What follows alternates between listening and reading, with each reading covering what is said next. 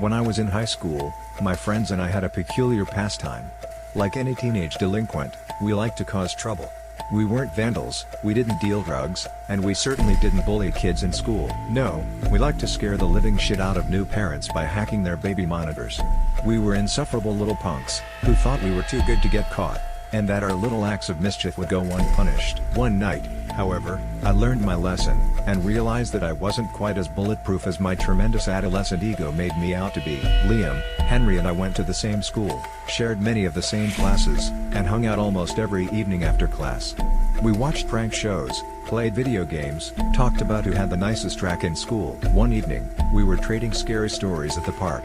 Henry shared the classic story about the single mother who heard a haunting voice on her baby monitor. Like most horror stories, it sounded like total bullshit, but Liam told us it had happened to his mom once. On her own monitor, she'd heard a neighbor singing to her baby. Apparently, it was possible to accidentally tap into someone else's frequency.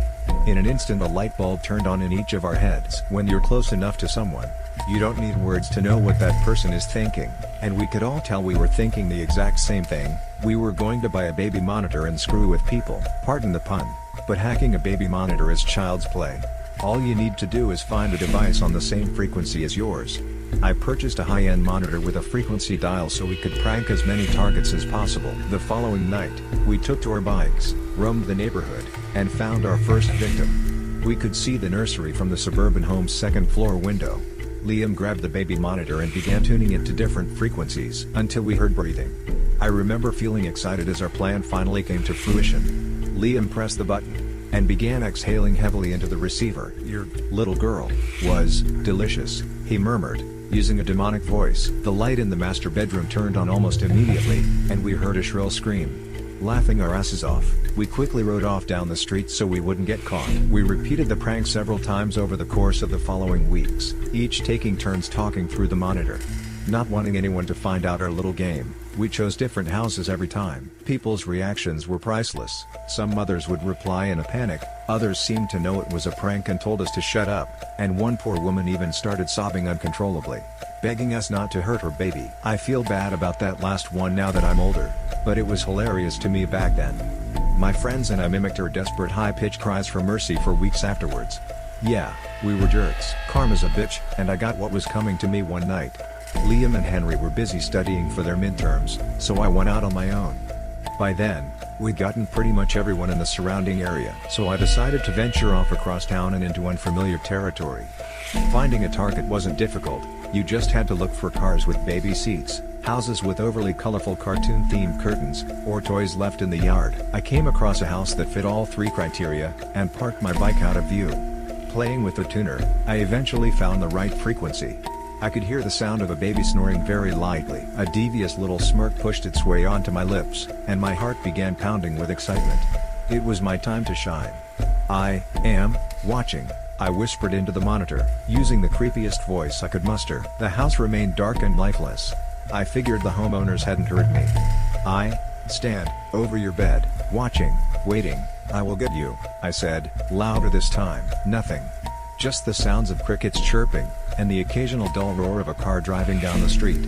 It was a little odd. Parents usually reacted much quicker than that. I began feeling a little nervous, and somewhat exposed. You know, like when you suddenly realize some creeper is looking at you?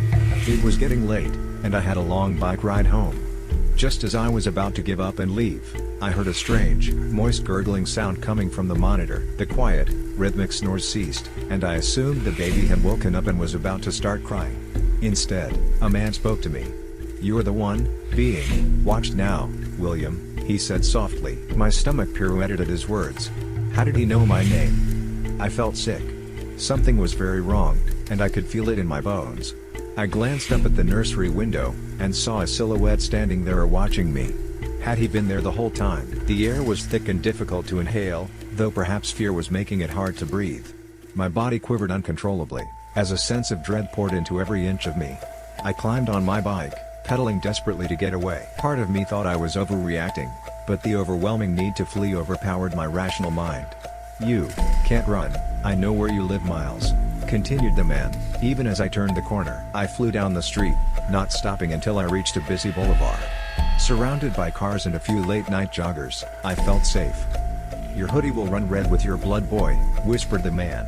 Still talking through the baby monitor in my pocket. A passerby gave me a nasty look as I yelped loudly in fear, practically ripping my hoodie in my frantic attempt at removing it. To the stranger, I must have looked like some snotty kid tripping balls or something. He didn't know I was in genuine distress, so I don't blame him for walking off with an insulted huff, though I wish he had offered to help me instead.